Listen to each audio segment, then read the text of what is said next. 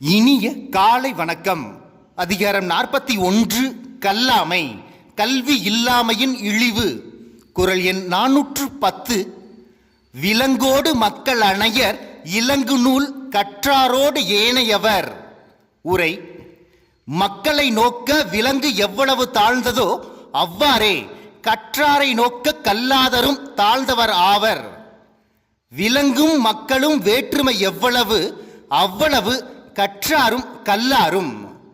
குறளின் முழு விளக்கமாய்: 5 அறிவு படைத்த விலங்குகளுடன் ஒப்பிடுகையில் 6 அறிவு படைத்த மனிதன் சிந்திக்கும் திறமை வாய்ந்ததனாலேயே வேறுபடுகிறான்.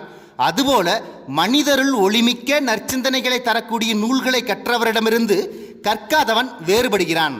ஒருவன் செல்வத்தாலோ பிறந்த குடியினாலோ உடல் ஆரோக்கியத்தாலோ வாழ்ந்த ஆயுளின் அளவினாலோ வேறுபடவில்லை, கற்ற அறிவினால் மட்டும் வேறுபடுகிறான் என